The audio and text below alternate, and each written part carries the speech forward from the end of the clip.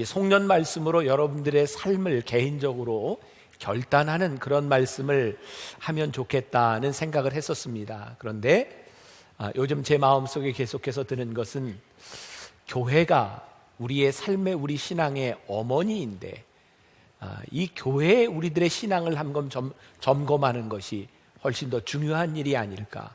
제가 교회에 대한 이야기를 하지만 여러분들 개인의 신앙적인 점검으로 이 말씀을 들어도 좋을 것 같습니다. 오늘 말씀의 제목이 우리가 꿈꾸는 교회, 사명에 헌신하는 교회입니다. 제가 만나교회 목회를 처음 시작할 때 이 본문을 가지고 제 가슴을 뛰게 했던 우리가 꿈꾸는 교회의 모습이기도 했습니다. 아인슈타인이 이런 말을 했습니다. 나는 젊었을 때 교회를 경멸하고 무시했었다. 그러나 내 조국이 어려워졌을 때 교회는 우리 유대민족의 유일한 희망이었고 소망이며 안식처였다. 내 나이 먹어 석양역해 교회 외에 내 영혼의 위로를 경험할 수 있는 어떤 것도 찾지 못했다. 나는 이제 그리스도와 교회로 돌아온다. 여러분들에게 교회는 어떤 존재입니까? 오늘 여기에서 예배 드리는 분들 중에 많은 분들은 신앙생활을 만나교회에서 처음 시작한 분들이 아니라 다른 곳에서 신앙생활을 하던 분들이 더 많습니다.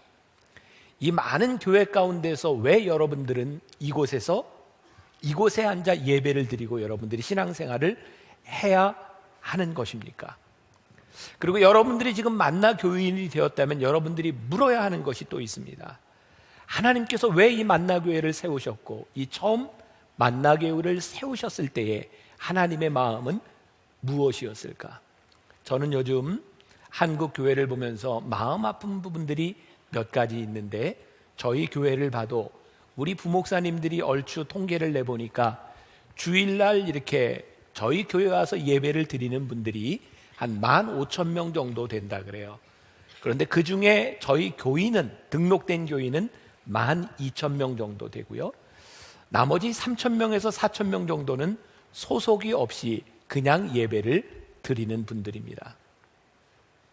왜 우리는 교회에 소속을 두지 아니하고 이렇게 예배만 드리게 되었을까? 교회가 우리의 어머니이고 교회가 우리 신앙의 근원지인데 왜 교회는 우리들에게 신앙의 어머니가 되지 못하는가? 저는 여러분들에게 오늘 그런 권면을 드리고 싶습니다. 만나교회가 아니어도 괜찮습니다. 그러나 교회를 방황하지 마십시오. 여러분들의 신앙의 뿌리가 되고 여러분들을 감싸줄 수 있는 신앙의 어머니인 교회를 가지는 것은 여러분들에게 너무나 큰 축복이기 때문입니다. 하나님께서 이 만나교회를 처음 세우셨을 때 제가 고등학교 2학년 때 저희 교회는 잠실에 천막을 치고 만나교회라고 하는 이름을 가지게 되었습니다. 광야 같은 세상에 만나를 줄 수 있는 교회가 되었으면 좋겠다. 그래서 만나교회가 처음 시작할 때 교회 맨 앞에는 2개의 성구가 걸렸습니다. 하나는 오라 내가 너희를 쉬게 하리라. 또 하나는 가라 내가 너희와 함께 하리라. 여러분들이 교회 정면에 들어오실 때 그 돌에 보면 이 2가지의 성구가 새겨져 있습니다. 이 교회가 세워졌을 때 여기에 오는 이유와 여기에 온 사람들이 흩어지는 이유가 분명해야 되겠다. 그래서 우리 교회에는 예배와 훈련과 섬김이라고 하는 3개의 축을 가지고 교회가 이 땅에 소망의 되기를 소원했어요. 저는 제가 담임 목사가 되고 우리 만나교회의 슬로건 교회가 이 땅의 소망입니다 라고 하는 것을 저 밖에 벽에다 걸어놓고 걸으면서 그것을 볼 때마다 너무너무 기뻤어요. 그래요, 하나님 교회가 이 땅의 소망입니다.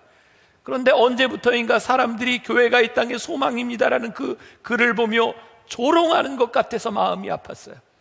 정말 교회가 이 땅의 소망이 되었습니까? 우리가 교회가 이 땅의 소망이라고 말할 수 있습니까? 오늘 제가 하나님께서 만나교회를 이 땅 위에 세워주신 사명을 다시 한번 생각합니다. 하나님, 교회가 이 땅에 분명한 소망이 되게 하여 주옵소서. 교회가 이 땅 위에 있어야 되는 이유가 분명한 교회가 되게 하여 주옵소서. 여러분, 교회가 2000년 전 이 땅 위에 처음 생기기 전에도 하나님을 믿는 사람들은 여전히 존재했습니다.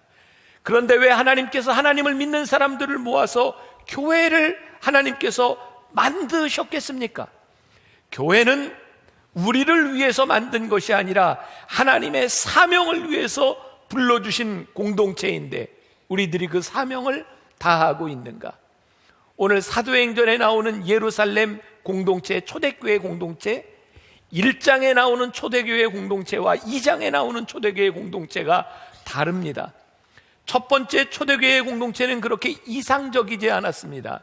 그들은 모였지만 문을 걸어 잠그고 두려워 떨며 안에서 기도하고 있었습니다. 왠지 아십니까?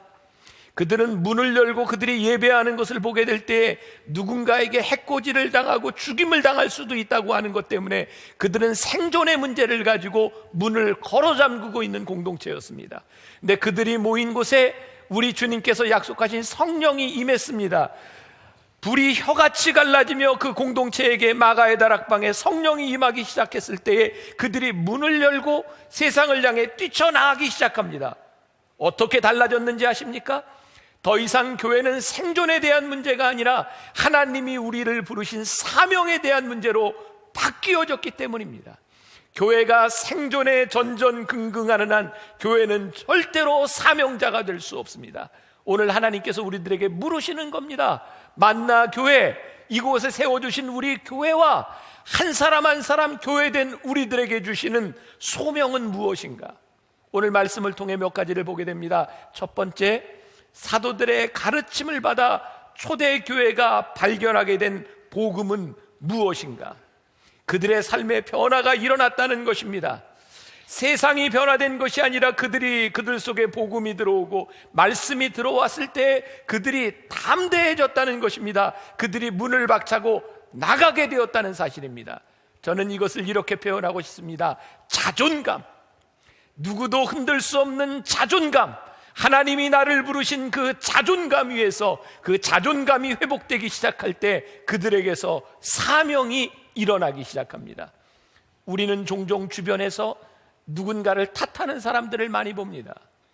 다른 교회 때문에, 다른 사람들 때문에, 누구 때문에 우리들이 사명자가 될 수 없다고 하는 사람들을 우리는 종종 봅니다. 왜 우리는 누군가 때문에 흔들리는 사람이 되었을까요? 기억나세요? 제가 언젠가 여러분들에게 물었던 적이 있습니다. 낚시를 좋아하는 사람들에게 낚시꾼이 제일 좋아하는 게 뭐라고요? 월척을 잡았을 때가 아니라 옆에 있는 사람이 월척을 잡았다 놓쳤을 때 낚시꾼은 제일 좋아한다. 참 신기하죠? 왜 나는 내가 무엇을 잡았느냐에 따라 내 감정이 움직이는 것이 아니라 누구 때문에 내가 슬퍼지고 누구 때문에 내가 기뻐하기도 하는가? 왜 우리 교회를 여기에 세워주신 하나님의 사명에 우리들이 근거하지 못하고 다른 교회를 바라보며 비교하며 다른 교회 때문에 우리들이 마음 아파하며 살아갈 때가 있는가? 만나교회는 하나님께서 분당 신도시가 세워질 때 이곳에 종교부지 1호로 세워주신 교회이고 우리가 원하든 원치 않든 세상 사람들이 왜 저 교회는 저렇게 큰 건물을 가지고 있느냐고 손가락질할지 몰라도 하나님께서 그때 이곳에 만나교회 건물을 세워주신 교회이기에 우리는 물어야 합니다. 하나님, 이곳에 처음의 교회로 이 건물을 지어주신 하나님의 뜻이 무엇입니까? 우리는 여기에 답을 해야 합니다. 그때 우리는 자존감을 가진 주인공이 되기 시작합니다. 우리에게 주신 사명을 생각하게 됩니다. 주인공이 된다고 하는 것은 너무너무 멋있는 일입니다. 왜냐하면 내가 주인공이 되는 순간 주변에 있는 모든 것들이 나를 위해 움직이고 있기 때문입니다. 사랑하는 여러분, 하나님의 복음이 여러분들 속에 들어가 여러분들의 사명의 주인공이 되기 시작할 때 주변에 있는 것들 때문에 여러분들이 영향을 받는 것이 아니라 이 세상의 모든 것들이 여러분들과 함께 돌아가게 될 것이라는 사실이에요. 지난 크리스마스에 제가 여러분들에게 영화를 하나 소개해드렸습니다. 국제시장 기억나세요? 참 인상 깊게 봤어요. 보신 분들 많이 있죠. 제가 돈 받은 거 하나도 없습니다. 국제시장에 영화를 보면서 참 흥미있는 장면들이 몇 개 있었어요. 이 주인공이 어린 시절에 구두를 닦고 있는데 어떤 사람이 와서 이제 구두를 딱 닦으라고 놓습니다. 그러면서 그 사람이 아이에게 네 꿈이 뭐냐 이렇게 물어보고 나는 꿈이 배를 만드는 것이다 그랬더니 비웃습니다. 무슨 배를? 가만히 보니까 그 사람이 정주영 씨를 닮았더라고요. 정주영 씨였습니다. 또 이렇게 영화가 진행되는 도중에 그 꽃분이네라고 하는 그 가게를 이렇게 운영하고 있는 어떤 사람이 와서 옷감을 찾습니다. 뭐 이런 옷감 저런 옷감 이거 아니네. 근데 그 사람이 옷감을 찾다가 내가 왜 그걸 생각하지 못했을까? 왜 옷감에 술을 놓는 걸 생각하지 못했을까? 남자와 여자의 벽을 이렇게 허물고 막 이러면서 막 지나가는데 막 뒤에서 부릅니다. 김봉남 씨 어디 가세요? 예, 앙드레 김이었습니다. 그 사람이. 주인공이 돈을 벌기 위해서 베트남에 갔습니다. 거기 가서 죽을 고비를 남기는데 해병대에 어떤 남자가 구해줍니다. 어떤 남자를 만납니다. 자기는 전쟁을 마치고 제대를 하면 노래를 하나 발표할 거라고. 저 푸른 초원 위에. 남진이었습니다. 그 영화 속에 정말 뛰어난 사람들, 역사 속의 인물들이 하나하나 지나가는데 그들은 전부 주변인입니다. 단지 주인공이 만난 한 사람이었을 뿐입니다. 저는요, 주인공이 된다고 하는 것은 너무너무 위대한 일이라고 생각합니다. 이 세상에 어떤 위대한 일을 한 사람들이 문제가 아니라 그 사람들과 함께 이 세상에 사명을 만들어가는 주인공이 된다고 하는 자존감. 자존감은 자만심이 아닙니다. 자존감이 있는 사람은 진정으로 겸손한 사람입니다. 왜냐하면 하나님이 우리를 부르신 그 부르심 때문에 하나님의 주권을 인정하며 우리들에게 찾아오는 자존감이기 때문에 자존감을 가진 사람이야말로 진정으로 겸손한 사람이 아니겠는가? 우리 만나교회의 가장 큰 겸손이 무엇이겠습니까? 하나님께서 우리를 부르신 그 이유 앞에서 어떤 교회와 어떤 성도와도 비교가 되지 않는 우리에게 주어진 사명을 감당하는 교회가 되는 것. 그래서 우리들이 M비전을 했어요.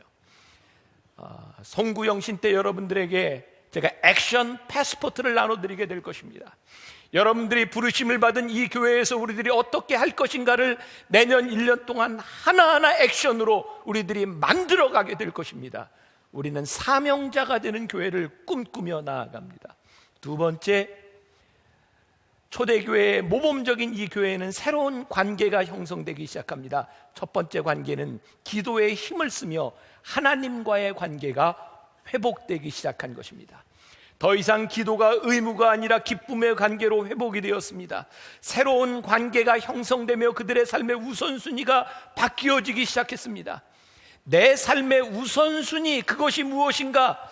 시간이 없다 이런 말은 필요하지 않습니다. 하나님이 나를 부르신 그 부르심이 무엇이냐에 따라 우리의 우선순위가 정해지기 때문입니다. 요한복음 15장 5절의 말씀, 나는 포도나무요 너희는 가지라. 그가 내 안에 내가 그 안에 거하면 사람이 열매를 많이 맺나니 나를 떠나서는 너희가 아무것도 할 수 없습니다. 우리 주님이 포도나무요, 우리는 가지입니다. 포도나무를 떠나서 가지는 어떤 열매로 맺을 수 없습니다. 우리는 교회에서 수없이 많은 일들을 합니다. 이것을 열심이라고 이야기를 합니다. 우리가 무엇을 얼마나 열심히 하느냐, 그것이 중요한 것이 아닙니다.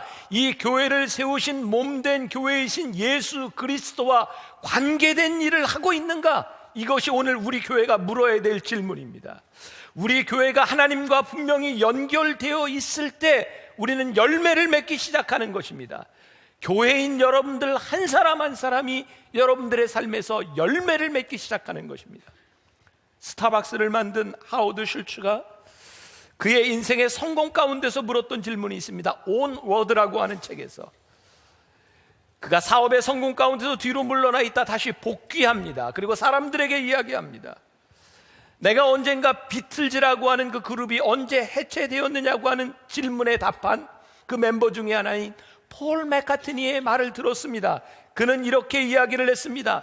비틀즈가 쇠락해 가기 시작한 것은 1965년 어느 여름, 비틀즈가 뉴욕 스테디움에서 공연을 할 때 5만 5천 명의 사람들이 모였던 최대의 인파가 모였던 그 공연에서 너무나 많은 사람들의 함성 소리 때문에 비틀즈의 노랫소리와 음악 소리가 더 이상 들리지 않을 때 비틀즈는 점점 쇠락의 길을 걷고 있었던 것입니다.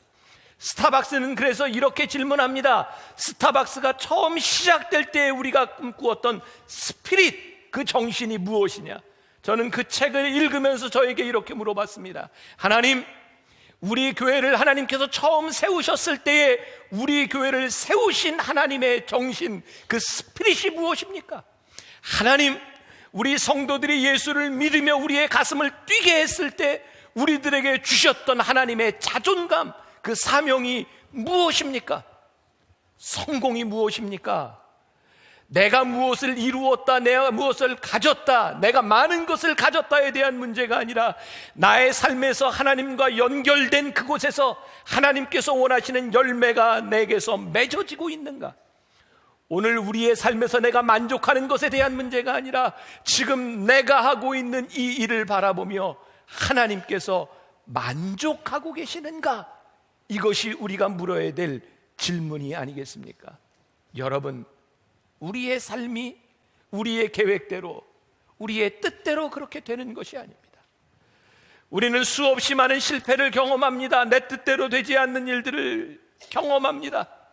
누군가 우리를 향해서 너는 재수 없는 인생을 살았다 할지 모르고, 누군가 우리를 향해 너는 왜 이렇게 살았느냐고 말할지 모릅니다. 그러나 오늘 우리들의 열매가 분명하다면, 다시 이야기합니다. 제가 국제시장에 돈 받은 거 하나도 없습니다. 근데 이야기를 하나 더 해야 돼. 제가 크리스마스 때 이게 저에게 너무너무 잊혀지지 않는 장면이었어요. 주인공이 다 할아버지가 되어서 홀로방에서 울고 있던 그 모습. 아버지, 나 잘 살았지? 그런데 너무너무 힘들었어요. 어린 모습으로 돌아가 있던 인생을 치열하게 살았던 그 할아버지를 안아주던 그 아버지, 너무너무 가슴 아프고 너무너무 눈물 나는 일이었어요. 하나님, 저 잘 살았지요? 제가 주님의 포도나무에 연결되어 열매를 맺는 인생을 잘 살았지요? 근데 하나님, 참 힘들었어요. 아픈 일도 많았어요. 하나님이 우리를 향해 이렇게 말씀하실 거예요. 그래, 내가 잘 살았다, 내가 수고했다, 이것이 우리를 향한 성공, 우리 교회와 우리들의 인생이 가야 될 길이 아니겠는가? 새로운 공동체, 하나님과의 관계 속에서 열매를 맺을 뿐만 아니라 우리는 하나님의 백성들과의 관계에서 새로운 모습들을 만들어 갑니다. 어떻게요? 오늘 말씀해 보니까 그들이 교제하며 함께 떡을 뗐다라고 되어 있어요. 밥상 공동체라고 말을 할 수 있을 것 같아요. 제가 우리 성도들과 함께 은사 발견 성경 공부를 하면서 제가 늘 마지막 시간이 되면, 요즘은 제가 가르치지 않지만 공동 식사를 했었어요. 룰이 있었습니다. 마지막 시간에 전부 음식을 한 가지 만들어 가지고 오십시오. 저도 한 가지 요리를 해 가지고 왔습니다. 룰은 무엇이냐? 아무에게도 묻지 말고 음식을 한 가지씩 만들어 오십시오. 그 대신에 상대방을 배려하고 생각하며 만들어 오십시오. 저는 수년 동안 그 성경 공부를 하면 놀라운 기적을 체험했습니다. 어쩌면 아무하고 의논하지 않고 만들어 온 이 음식이 이렇게 퍼펙트한 밥상이 될 수 있었을까? 정말 누군가는 수저와 젓갈을 가져왔고, 누군가는 밥을 해왔고, 누군가는 국을 해왔고, 누군가는 디저트를 가져왔고, 누군가는 음식을 만들어 왔어요. 그렇구나. 교제하며 함께 떡을 떼는 공동체라고 하는 것은 누군가를 배려하고 누군가를 생각할 수 있을 때 우리들에게서 일어날 수 있는 일이구나. 제가 여러분들에게 도전합니다. 여러분들의 공동체가 서로 밥을 같이 먹지 못하고 여러분들이 공동으로 식사를 할 수 없는 공동체라면 여러분들은 참 힘든 공동체입니다. 초대교회의 모습, 우리는 떡을 서로 뗄 수 있어야 합니다. 떡을 서로 떼기 위해서는 누군가는 희생해야 합니다. 무엇을 먹을까 물을 때 함께하는 즐거움을 위하여 개인적인 즐거움을 포기하는 사람들이 있을 때에 밥상의 공동체가 만들어질 수 있는 겁니다.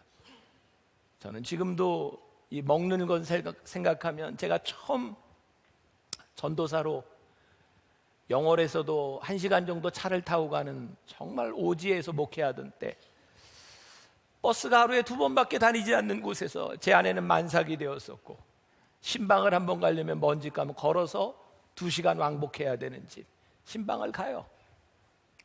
가고 나면 예배를 마치고 나면 그 할머니가 대접한다고 음료수를 가져요. 근데 도저히 정체를 알 수 없는 거예요. 노리끼리 한데 저게 뭘까? 도저히 정체를 알 수 없는 그 음료수를 마셨더니 바카스 2병을 따라가지고 한 컵으로 제가 그 바카스 맛 잊지 못하. 제가 바카스에도 돈 받은 적 없어요. 그 맛 제가 잊지 못합니다. 제가 어디 신방을 갔을 때 그 할머니가 만둣국을 끓여주셨어요. 참고로 얘기하면 제가 제일 좋아하는 게 만두입니다. 너무너무 좋아하는 만두. 근데요, 만두를 먹는데 정말 강원도 음식 맛없습니다. 너무너무 맛없어요. 만두 속에 김치, 정말 맛없는 김치만 쓸어놓고 피로 만들었어요. 그런데 미원이나 다시다도 넣지 않고 그냥 소금만 넣고 끓인 그 만두의 피는 넷내라고 하나요? 그냥 밀가루 비린내가 나는 맛없는 김치만 안에 있었어요. 근데 그분이 저에게 그러더라고요. 전도사님은 서울에서만 살다 와서 이런 거 못 드실 거예요. 그래서 제가 맛있게 먹었어요. 너무 맛있어요. 그랬더니 한 그릇을 또 갖다 놨어요. 잘 드시는군요. 너무너무 힘들었던 기억이 나요. 그런데 그 밥상의 기억을 잊지 못합니다. 내가 그것을 먹지 않고 먹을 수밖에 없었던 마음이 내 안에 있는 거예요. 함께하는 즐거움을 위해서 개인적인 즐거움을 포기할 수 있을 때 밥상 공동체들이 만들어지기 시작합니다. 초대교회를 바라보며 정말 힘든 일을 참을 수 있었기 때문에 함께하는 기쁨을 누릴 수 있는 공동체가 되었구나. 저는 우리 교회 안에서 그런 공동체가, 그런 모임과 만남이 참 이루어졌으면 좋겠다. 함께하는 즐거움을 위하여 자신의 즐거움을 유보할 수 있는 사람들, 그것이 새로운 교회의 새로운 교인들의 모습이었어요. 또 오늘 말씀해 보니까 새로운 공동체에 새로운 일들이 일어납니다. 어떤 일들이 일어나냐면 기사와 표적이 일어났다라고 되어 있어요. 이사야 55장 8절부터 9절 말씀 같이 한번 볼까요? 이는 내 생각이 너희의 생각과 다르며 내 길은 너희의 길과 다름이니라. 여호와의 말씀이니라. 기사와 표적이 무엇일까요? 단순히 병을 낫는 기사와 표적, 누군가 돈이 많이 생기는 기사와 표적, 이것이 아니라 이 은혜를 받은 복음을 알고 있는 이 믿음의 공동체에서 일어났던 일들이 나의 생각이 아니라 하나님의 생각으로 바뀌어졌던 이 믿음의 공동체에서 일어났던 일들이 기사와 표적입니다. 어떤 일들이 일어났나요? 누군가를 돕는데 사람들의 필요를 따라 나누어지기 시작합니다. 이전에는 내가 있는 것을 주었고 내가 돕는 방식으로 도와주었는데 이제는 필요한 사람들에게 필요를 따라 나누어주는 공동체가 되었다. 감자탕 교회 유명한 조연삼 목사님은 교회는 행복을 나누어주는 파이프가 되어야 된다라고 말을 합니다. 그 목사님은 교회를 충전소라고 이야기를 합니다. 교회는 교인들이 주일에 와서 모든 힘을 다 쏟아버리고 여기서 다 헌신하고 세상에 나가 무기력하게 사는 사람들이 아니라 이 교회에서 받은 하나님의 은혜를 가지고 세상을 향해 강력하게 자기가 가진 것을 쏟아낼 수 있을 때 그것이 교회라고 말하고 있습니다. 사랑하는 여러분, 그동안 우리는 교회에서 어떻게 살았습니까? 내가 열심히 헌신하고 봉사하고 내 삶을 다한다고 하면서 실상 세상에 나가 하나님의 사명과 사역을 감당하지 못한 교회, 그것이 올바른 교회가 아니라 이곳에서 충전받은 우리가 충전소가 되어 세상을 향해 우리들이 내놓을 수 있는 공동체, 저는 그래서 세상을 생각할 수 있는 공동체야말로 하나님께서 올바로 세우신 교회라는 생각을 합니다. 2014년을 지나가며 우리가 M비전 프로젝트를 시작합니다.